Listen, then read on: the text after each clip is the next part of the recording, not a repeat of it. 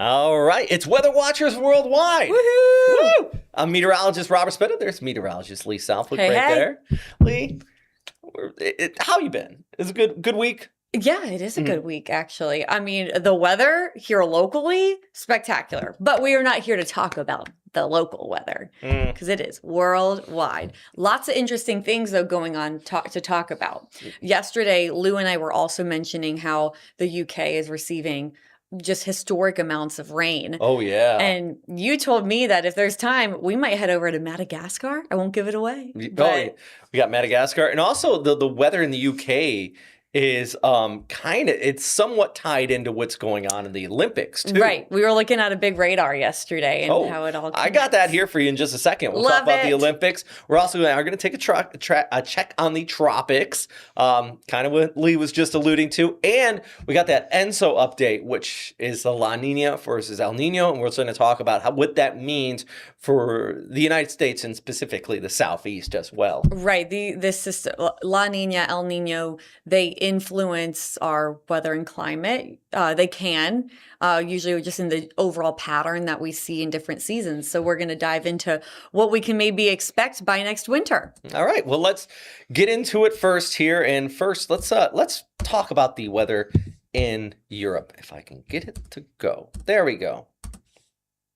Europe, as in the Olympics. Yes, Lots as in the snow. Olympics. Thank you. Yesterday, we were talking about the Olympic weather and how the mountains were going to receive snow, like Cortina. So there's that system coming in. And in the broader picture, there's a very deep area of low pressure off of the coast, the west coast there. And you see that moisture just pushing along. And all that rain coming over the French Alps that is going to move into the Italian Alps. I mean, they're all the Alps. They're connected.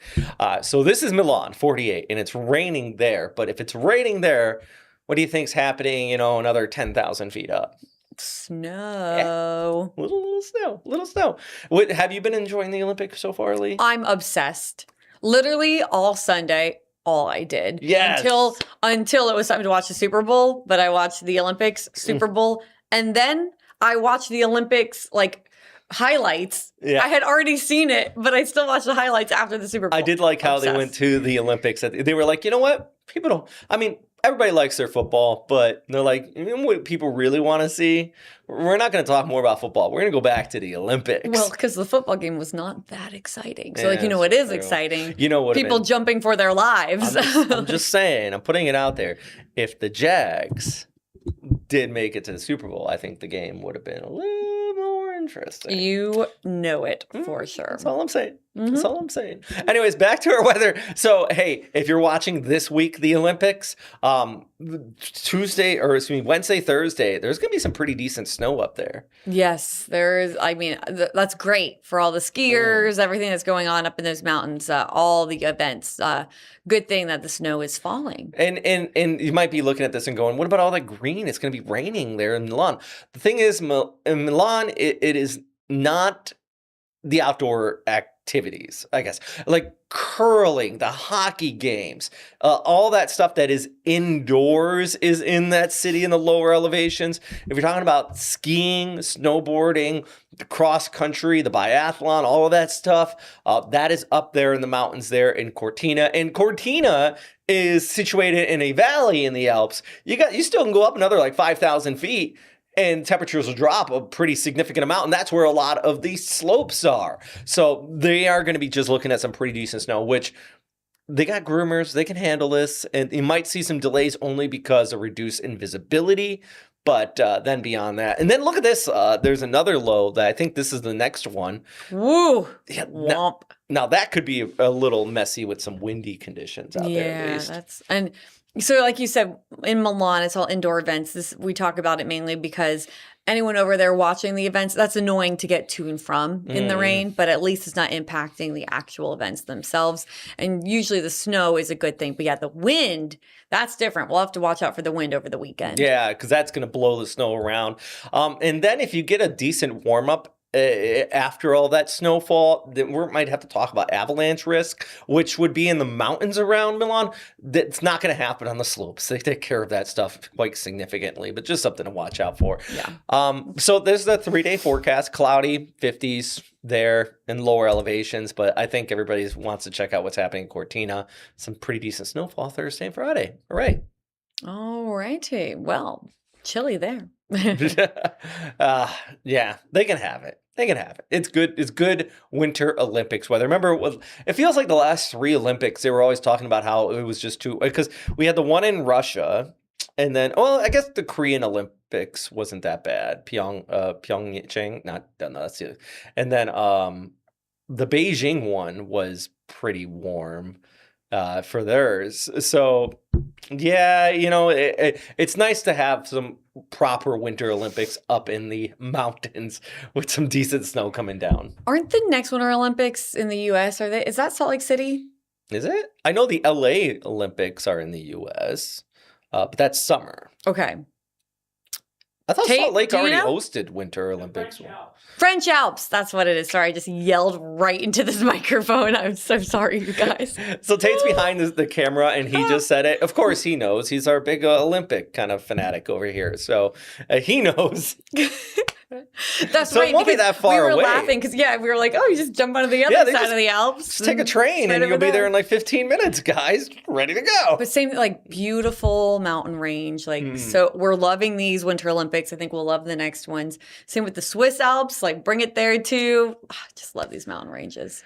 Well, one thing that does control the overall weather, not only up in Europe in the mountains, but globally, is the ENSO, what La Nina or El Nino is, and we do have some change ups here. We do. So we are transitioning out of La Nina, and it looks like we'll be heading into El Nino later in the year. Yeah, probably by June, July. So this graphic right here, in the bottom, you can see DJF.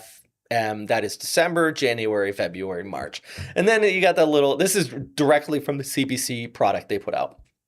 And you can see here in December, the blue there indicating a very weak La Nina. Now we are in January towards February, and that strong signs of ENSO neutral is in place. What does that mean? It basically means we're kind of, let's explain what this is, first of all. So there are ENSO phases. Basically, cooler than average waters in the Eastern Pacific is a La Nina. They'd be warmer in the Western Pacific. Neutral, it's kind of the general normal easterlies. It kind of evens out a little bit. Well, an El Nino year, it gets warmer in the Eastern Pacific and relatively cooler than normal in the Western Pacific. So I know this sounds very distant, it sounds very remote, and you're thinking, okay, that's in the Pacific Ocean. I'm in Florida. Why do I care? Because where it is warmer and cooler can really just control our overall weather pattern. So, for example, looking ahead into next winter, Lee, you were talking to me about this earlier. How would this influence our winter weather pattern? So when we go to El Nino, and that is expected, I know this is ENSO neutral, but then we're expected to go towards El Nino in winter. That usually means for winter time, it is rainier and warmer, but it's also a more active, a more robust rainy pattern. So that means storms. We are actually more likely to have severe weather in wintertime, a higher risk of tornadoes. So you may have noticed, and knock on wood, but this winter we haven't had a big tornado threat. That could change next year. There are pros and cons. Obviously, that's a con, a higher tornado risk for next winter. The pro is that we likely won't have as severe of a drought that we are in right now. And then another pro would be leaning towards hurricane season. Yeah. So what would be kind of the change up in our tropical outlook? Because La Nina, now it sounds contradicting, because this year Florida was not hit by any tropical systems in a La Nina. But it was still an active year. It was. It was an active year. And so when we go so La Nina usually means an active hurricane season because it weakens wind shear over the Atlantic. And that's what will rip apart a hurricane or, force it, inhibit it from forming at all. And so El Nino being the opposite usually suppresses tropical activity. So you're right. We didn't get hit by any hurricanes last year, but it was still an active season. This should mean when we have an El Nino season, there's usually just less overall tropical activity. Of course, it just takes one. There might be one hurricane for the whole season. If it hits here, we think it's active. But when you look at the big picture, the amount of storms we had, the amount of hurricanes versus tropical storms, how strong those hurricanes were, all of that, just like the sheer number of tropical systems, it should be lower overall. And in May, when the numbers come out for the what this season could be expected, I think that they will be lower. And there's a lot of factors, but I do think that they will be below what we have seen the last few years. I think so too. Just at that mere mention that the El Nino is going to be moving in. And I just, if it's okay to say, the last El Nino we had, we were ahead of time thinking it would be a calmer season. Yeah. And then we noticed that the Atlantic waters were very warm. And it ended up being a more active season. The warmer waters beat out El Nino. So that is something that we have to watch. Generally speaking, looking at climatology, looking at history, it's usually a calmer season. But there are constant changes to our world. And when the water gets really hot, last time this happened, the hot water won because that's fuel. And so it still fueled these systems, these tropical systems, and we still had a fairly active year. Like you just said, it only takes one. When we say increase in wind shear, it doesn't mean that the wind shear across the Atlantic basin will be blowing constantly. True. It just means that the pattern for those dips in the jet stream to come down and increase that shear will be more likely. But there will always be gaps in favorable time periods. They just won't be over a wider area. So it's probability. It's like when you're talking about long range forecasting, it's like gambling kind of. You're looking at the odds and the probabilities there. And you can go to the casino and you can put everything down on 32 black and go, okay, I'm going to roll this. I mean, the chance is there. And if it does hit, it could come through pretty big. So that's what we were just letting you know. Like, this is a positive for us. We like to see these signs of anything that would inhibit tropical activity. But we're not saying it's going to be a calm season because there are other factors that will influence hurricane season. So we still will have to wait to see how the next couple of months play out as we approach hurricane season and then as we enter it. But at least if there's something positive to hold on to, we should have some stronger wind shear, which will help inhibit development this upcoming hurricane season. Let's continue on the topic of tropics. So. Okay. Because let's talk about right now. We're looking at the long range and you might be thinking, what are you talking about? It's February. Take a chill. Let's go to the southern hemisphere. This is Cyclone Gzani. It is located off of the coast of Madagascar. Look at the winds. That is scary looking, actually, Robert. That is a massive storm. It's a strong Cat 2 to Cat 3 equivalent on the sat. So winds it's a major 125. Hurricane. Wow. Yeah. This is a beast of a storm. One of the issues with this, though, is just like a week and a half ago, northwestern Madagascar was hit by a cyclone. That resulted in, I think, 9 deaths, severe flooding. So very same area getting hit yet again. That's awful. We all can understand how bad it is to be hit and then hit again. Mm-hmm. Your ground's already too saturated. Your structures are weakened. That's terrible to hear. And I think that what the GDAX, the Global Disaster Awareness, when we're talking about international stuff, there's all these resources you have to kind of gather data from. But they said over 4 million people will get over 4 inches of rain from this, with locally upwards of 1 million people seeing upwards of 8 inches in some of those mountainous areas, which Madagascar are very prone to flash floods because once this comes on shore, it hits those mountains. And that's why this weakens out from 125 to 35 as it pushes offshore. But look at that. It could re-intensify off the coast of Mozambique, which would be a big rainmaker for there as well, which we have seen in the past off of the east coast of Africa. Oh, yeah, sure enough, there it starts to reorganize, re-strengthen, probably over some very warm water and low wind shear. And so just that warm water, they're fueling it, as we were just talking about. Oh, wow. I was just looking. Okay. That's a lot of rain for that coastal area in Madagascar. And and then there's a little loop. It does a little loop. It kind of lingers there, which I think if it lingers where that model is indicating, that's not going to be too bad. But if it lingers even like 50 to 100 miles further towards the west, that could be a big issue for the southern portions of Mozambique with some severe flooding. This is something, it's an international picture. This is weather watchers worldwide, but I wouldn't be surprised if we do start to see some pretty incredible images coming out of this area. On a conspiracy note, I did have a flat earther write me this morning and say, you weather people are always lying. Let's put the picture back up there. How is this going backwards? Why is it rotating backwards? Oh my God. You faked the picture. You know what? Kudos to them for noticing. You know what? Yeah, true. The good point. It's rotating clockwise. This is weather people are always, it's Coriolis force. This is the southern hemisphere, friends. So they obviously don't pay attention to all the ones we show in Australia, but that's okay. Or maybe they just didn't understand where Madagascar was.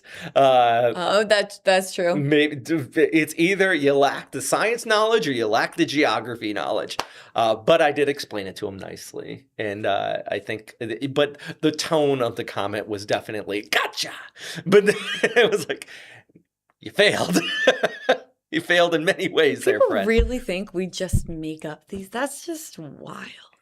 This is why Weather Watchers Worldwide is important. Yes! So we can all learn about weather all over the world together. We can know our geography, our weather, and just... atmospheric sciences. We love it. And if you're watching 30 minutes of us jabbering about weather around the world, you are into it as well. We know you're a weather nerd with us, and we love you for it. All right, let's bring it back closer to home. So we got clear skies out there today. I do want to talk about the rocket launch coming up. Oh, yes. Yeah. Not Artemis. Because, as you said, not enough people are talking about it. And this actually got delayed. It got delayed from Wednesday, Thursday, and now it's moved to Friday. We have a Falcon 9 Crew 12 launch. Humans will be on this rocket. It's cool. This is going to the ISS. Artemis will go to the moon, and that's still slated for early March. This is going to the ISS. Fun fact about this one is that this will be the first time astronauts are allowed to take their smartphones to space. And why is that? So they can do TikToks. Imagine the dance that they can do. You're right, all the apps. And they'll just have to post them all when they... Do they have Wi-Fi on board? I mean, there's connection. There's got to be Wi-Fi. We do the video calls and all of that. I don't think they're plugging it into a landline, not hold on, I got to dial up the modem. But is it enough, are they allowed to FaceTime their family? I wonder.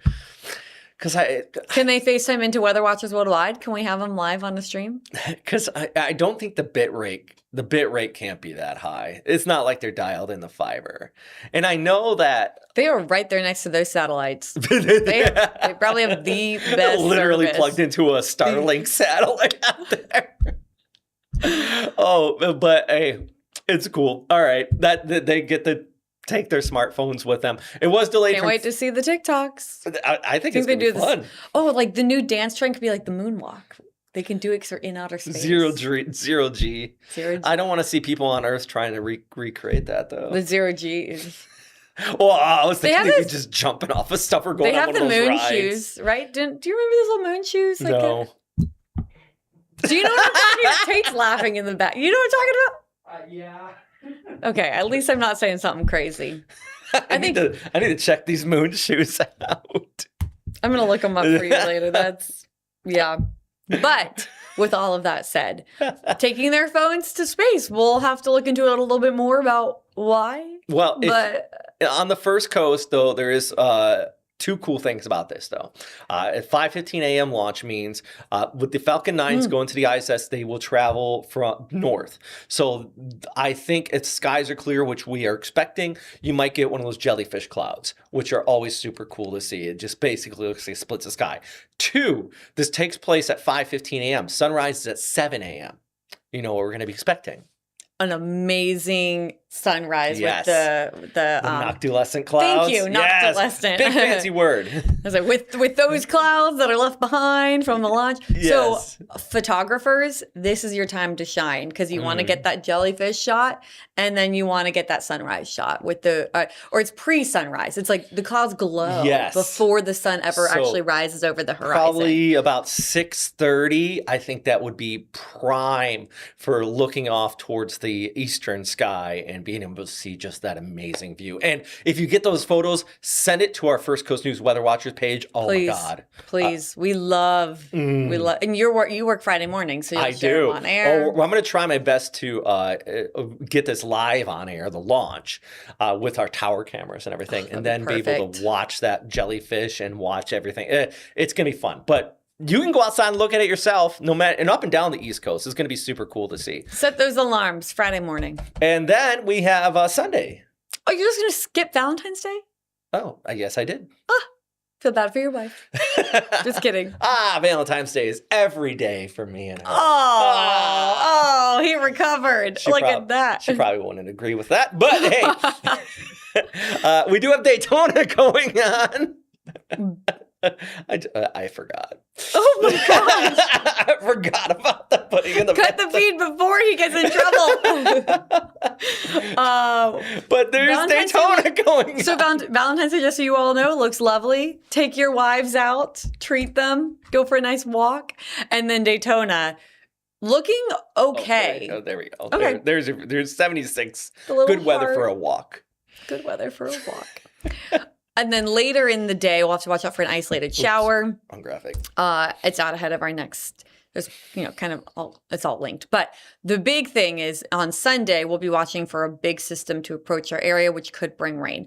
Timing still to be determined. Models are not agreeing yet on this. But some do show Sunday night, some show Monday. And if it's Sunday night, that could unfortunately mean rain for the Daytona 500. So it's something we're watching super closely to make sure that we can time out that rain for everyone who wants to go to the race. We know this is Weather Watchers Worldwide, and people travel from all over to Daytona for this, but that's Sunday, 7 o'clock. You can see how that system's knocking on our back doorstep. Now, the GFS is showing it more of a Monday rain situation. So again, timing could fluctuate in the next couple of days. It could slow down, it could speed up. If it speeds up, it's more of a concern for the Daytona 500. So if you are heading to the race, please make sure to check back in on this forecast. But bring a poncho just in case. At least just think about planning to bring a poncho. And I know that, hopefully if it does rain, it's not too long. I know last year it got delayed a little bit because of the rain as well. Yeah. It's just, that's NASCAR. That's why Formula One, they just go. They're like, all right, let's go for it. Yeah. But it is what it is. We have that weather impact alert for Sunday. But overall, at least it'll be warm out. We're not worried about freezing conditions or anything. That's true. Like that. Who is worried about freezing conditions? We do have time. I want to get to this. Who is worried about freezing conditions? Lake Erie, off of Cleveland. Is this the video? This is a video. So you're a Fernandina Beach lady. You grew up here. You know all about your sand dunes. Yes. All right. I want to show you some ice dunes. Oh! There's ice dunes. So what happens is the wave action off of the lake bubbles up these they're ice dunes. And look at that. My goodness. So I've seen this in Rochester off of Lake Ontario. It's really incredible. Holy cow. The beach extends right there about where that picnic table is. Then beyond that, it's these the wave action creates these low pressure ridges. So is it strong? Can you walk on them? Good question, Lee. No. Okay. It is. So that is the it's almost like a bubble under these. That makes so if you ran out on it, you could actually break through and fall into it. That sounds like a death sentence. So yes, it's very dangerous. So like people up here know like, and also it's just cold. You don't want to go walking on that ice, but you know not to walk on that because it can break. They're basically hollow snowbanks. Yeah, just like a thin layer you can easily punch through. Or this is so dumb, but I'm going to say it anyway. It reminds me of like the chocolate shell of ice cream that you can break easily. You know when you like put the chocolate sauce on and then it hardens? That's and a then very you, like, good. break through it. That's what it reminds me. That's a good analogy. I like that. All right, because you can break through it. It's not completely solid, and it forms on coldness. Or there's like now I'm just saying a chocolate, but same thing like the chocolate shell that you break through to get to like the inside. And I was thinking of like the shell on ice cream. That's what I was originally saying. And then I was saying, oh, and then I have a sweet tooth, obviously. I'm just thinking about chocolate now. Just hungry. Just hungry. Something to eat. So what time, how many more minutes do we have? We have like 2. 2.5 minutes. Should we go to that beach cam in Jack's Beach? Yeah, let's do it. So, Weather Watchers Worldwide, we're going to wrap up here at Jack's Beach, and there's a lot going on in this camera. This also just shows how fast things change in 30 minutes, because at the top of the show, we were looking at this camera, and you can see the sandbar perfectly. And now it's harder to see. Also, if you look out at the distance, the horizon is hazy. Looks like there's a little bit of misty, foggy-like conditions way out there. So the horizon not completely clear. We could kind of see a boat earlier, a ship, kind of breaking through that hazy look way out there. Almost a little bit of sea fog because it's a relatively warmer day. You got some relatively cooler waters out there, Exactly. so you can create a little bit of a haze on the coast. Haze. I'm bummed that we can't see the sandbar anymore, but it was look very how obvious. Beautiful it looks out there, and today, I mean, definitely warm enough for a beach walk. Oh, do it! Get out there, go enjoy your day. Do you see anyone walking out there right now? It is a Tuesday. Everyone's at work. It's a Tuesday. Just Jack's Beach being Jack's Beach. It's a splendid weather. And no matter where you are in the world, as long as you're not one of these people getting hit by the cyclone, get out there and go for a nice little beach walk or a walk in your woods or wherever you are. I don't know where you're watching from. People in Lake Erie are like, beach walk right now. Except you. I mean, you can do you, just don't walk on the dunes. Don't walk on the dunes, yes. And enjoy your week. We got lots to talk about, though, all week. We got another show coming up here at 4:30, a little more local weather with Weather Impact Live. Right. And yeah, it's a busy week in the forecast. So make sure you continue to check back in. Local weather, few showers tomorrow, quick little cool down in there. Lots of that Ross and Lou will talk about. All right. Well, have a good day.